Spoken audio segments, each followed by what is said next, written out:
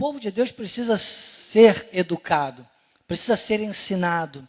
Você sabe que o grande vilão, digamos assim, né, do povo de Deus é a imaturidade. Quando você botou esse primeiro botão aqui no lugar errado, chega lá embaixo, a camisa fica o quê? Descasada, não é verdade? Esse é um problema que toda criança enfrenta. Quem aqui, quando criança, nunca botou uma camisa errada, né? Hoje em dia não, hoje em dia já vou por aqui, já entendi, graças a Deus, né? Estou educado, não sou mais imaturo. E Paulo, quando fala à igreja dos Coríntios, no início, ele diz assim, ó, leite vos dei de beber, quando tive aí da primeira vez. Vocês eram crianças, aí quando ele volta, né? Já mais, com a sua carta, já mais ríspido, e dizendo, agora não dá mais para ser como criança, não posso ficar servindo um leitinho o tempo todo. E o povo de Deus vive com essa questão de dízimos e ofertas, com a sua vida financeira, vive o leitinho o tempo todo, e discutindo se é lei, se é graça, se é 10%. Cuidado, porque teve um tempo aí que eu ouvi numa rádio, confesso, que foi a última vez que eu ouvi aquela rádio, que se diz evangélica. Foi a última vez, não vou dizer qual aqui, porque eu sou ético, mas foi a última vez que eu ouvi, porque um dia eu estava ouvindo em uma dessas pseudo-igrejas da lei, o camarada estava dizendo, olha, o dízimo aqui está com desconto, é 5%. Ele estava dando 50% de desconto no dízimo. Eu falei, isso é do diabo, não é possível, né? Não entendeu? Porque o dízimas, é uma regra estabelecida por Deus, orientação que inclusive passou para a agricultura na lei de Moisés, porque era lógico que se eles pegassem 10% de tudo que eles plantavam, as melhores sementes, as primícias, e semeassem, eles teriam uma colheita poderosa. Então 10% é um mínimo poderoso.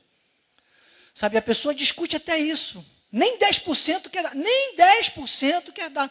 10% é um valor tão possível de você semear, e é tão valoroso no reino de Deus, sabe? E a pessoa quer negociar.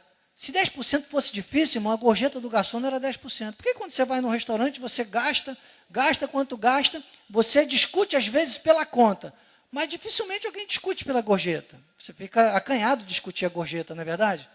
Pois tem gente que discute o dízimo. A pessoa não tem coragem de discutir a gorjeta e discute o dízimo. Olha, o que eu quero dizer para você, sabe, é que maturidade, você nunca mais vai abotoar sua camisa errada. Eu não abotou mais minha camisa errada. Duvido que eu já sou... Agora, quando eu era criança, não foi uma vez nem duas, foram várias, não é verdade? Abotoava a camisa errada. O apóstolo Miguel Ângelo tem uma das frases mais célebres, ele diz assim, não existe uma forma errada de fazer a coisa certa. Deuteronômio capítulo 15, versículo 10, ensina como tem que ser feito, que só Paulo depois é que traz para nós. Porque na lei não era livremente, na lei era por obrigação, na lei era por opressão, tinha que fazer mesmo. E ai daqueles que não fizessem. Ele disse, livremente lhes darás. Então, Deus, é como eu digo, o Espírito da graça, foi quem sempre norteou tudo. A visão correta sempre existiu. Você vê lá os 10 espias, né? Voltaram reclamando, mas 2, que foram Josué e Calebe, o Senhor disse assim, no meu servo Calebe havia outro espírito. Era o Espírito da graça. Então, o Espírito da graça sempre fez a coisa certa.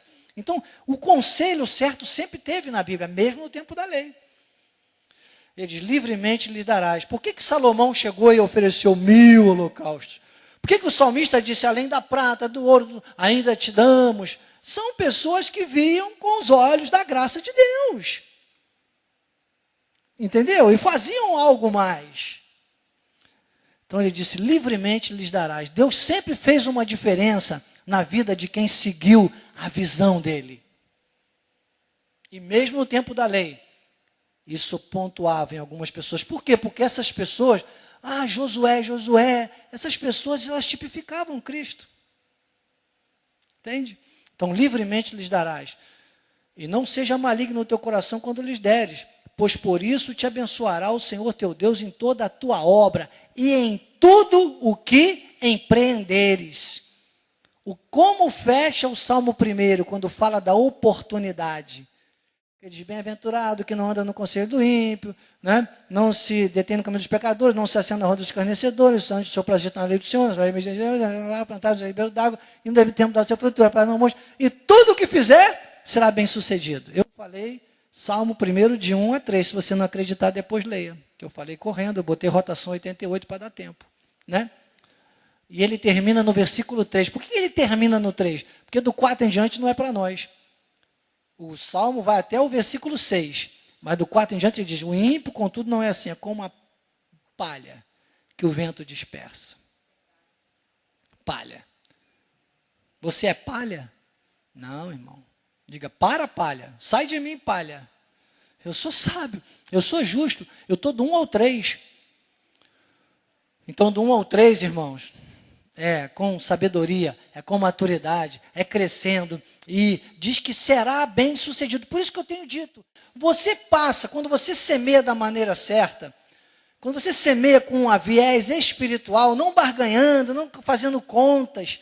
Tem gente que às vezes vai dar seu dízimo, irmãos, eu que participo também nesse trabalho, nos cultos maiores, ajudando o nosso apóstolo, às vezes eu vejo pessoas fazem cálculo e colocam no cheque, tantos centavos. Não faça continhas com Deus, irmão. Arredonde para mais. Tenha coragem. Tenha coragem de dobrar a sua oferta.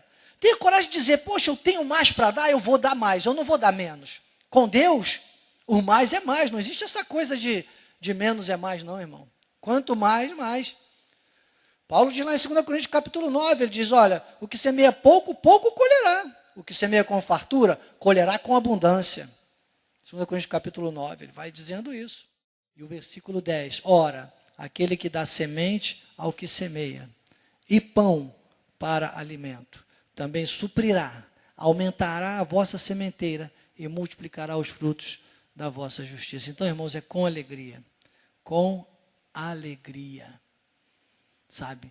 Não é por tristeza ou por necessidade, não é barganhando com Deus, é com alegria. Estou trazendo o meu cheque, a minha semente especial nessa manhã.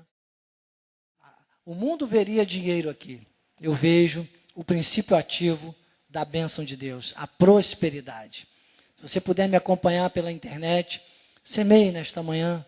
Depois mande seu testemunho pelo meu e-mail, bispo.daniel@igrejacristovive.com.br. Ligue-se comigo, associe-se comigo no tocante ao dar e receber, conforme só a igreja dos Filipenses entendeu. E lá no versículo 19, Paulo diz, o meu Deus, segundo a sua riqueza em glória, Filipenses 4, há de suprir em Cristo Jesus cada uma das suas necessidades. Eu tenho dito aqui, riqueza em glória, recursos ilimitados. Em Cristo Jesus, consumo orientado. Olá, queridos, graça e paz. Aqui é o seu diretor de missões, Bispo Daniel Anecleto. Eu quero te fazer uma solicitação, um pedido. Nós estamos em campanha, nós precisamos de aumentar o nosso espaço no YouTube e para isso precisamos de mais seguidores. Mas além disso, acima disso, nós queremos encorajar você a passar a mensagem. Então, divulgue o canal de Missões Cristo Vive, Missões Cristo Vive Oficial no YouTube. Seja um seguidor e também passe, multiplique o número de seguidores e leve essa mensagem à sua família, aos seus amigos, aos membros da Igreja Cristo Vive. Eu conto com você. Não se esqueça, siga-nos no YouTube. Eu sou o Bispo Daniel, graça e paz.